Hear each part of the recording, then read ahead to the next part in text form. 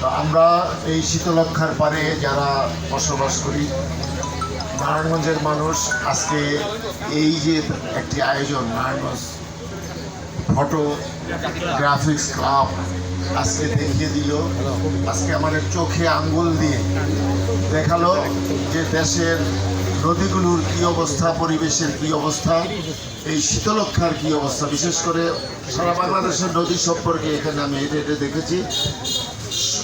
এখানে তাদের আলোকচিত্রের মাধ্যমে সেটা ফুটিয়ে তুলেছে এবং এই সকল ছবিগুলি আমি মনে করি একটা দুর্লভ ছবি এবং এগুলির মধ্যে অনেক কিছু, অনেক বক্তব্য, অনেক কথা, অনেক বিষয় লুকিয়ে আছে।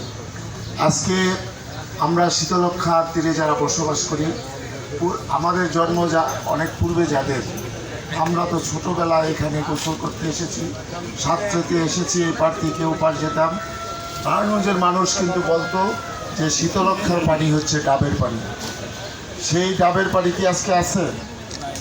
তো আজকে আমাদেরকে দেখিয়ে দেওয়া হলো যে এইটা আমাদের সামনে কি কাজ, আমাদের কি করতে হবে, শীতলক্ষাকে কিভাবে বাঁচাতে হবে, সেটা কিন্তু এই ফটোগ্রাফ ক্লাব আজকে দেখিয়ে দিল।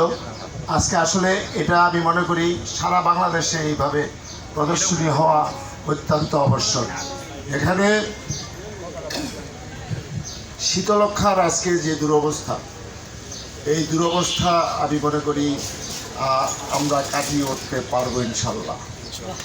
এবং এই দুরবস্থা থেকে রক্ষা করার জন্য বর্তমান সরকার, আমার কাছে যে নিউজ আছে, সারা বাংলাদেশের নদীগুলোকে, যেগুলি বিশেষ করে বুড়িগঙ্গা, শীতলক্ষা, তুরাগ, এই তিনটার বিষয়ে প্রথমে কাজ শুরু হবে এবং বড় ধরনের পদক্ষেপ নেওয়া হচ্ছে।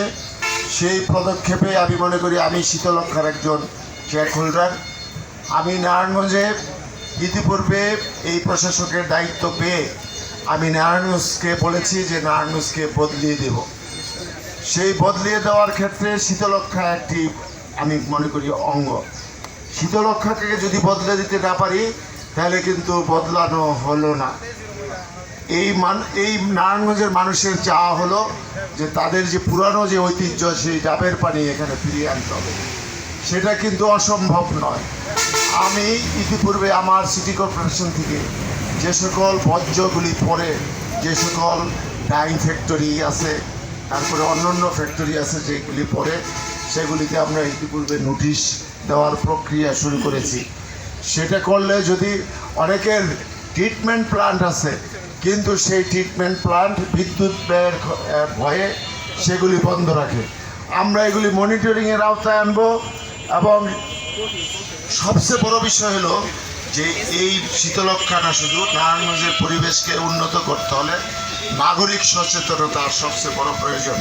সেই নাগরিক সচেতনতাই পারে এই নারায়ণগঞ্জকে সকল প্রকার অনিয়ম থেকে, অন্যায় থেকে, অবিচার থেকে, সকল পরিবেশ দূষণ থেকে, নদী দূষণ থেকে, সব কিছু থেকে রক্ষা করতে।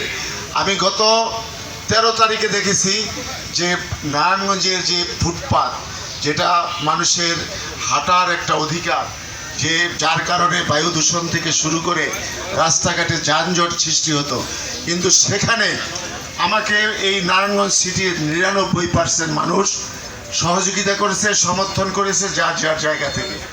সেই জন্য আমি আশাবাদী যে এই শীতলক্ষা সম্পর্কেও এই নারায়ণগঞ্জের মানুষ ঠিক একইভাবে তারা ঐক্যবদ্ধ থাকবে এবং আমি সিটি কর্পোরেশনের পক্ষ থেকে এই শীতলক্ষাকে বাঁচানোর জন্য যত দ্রুত সম্ভব পদক্ষেপ গ্রহণ করব।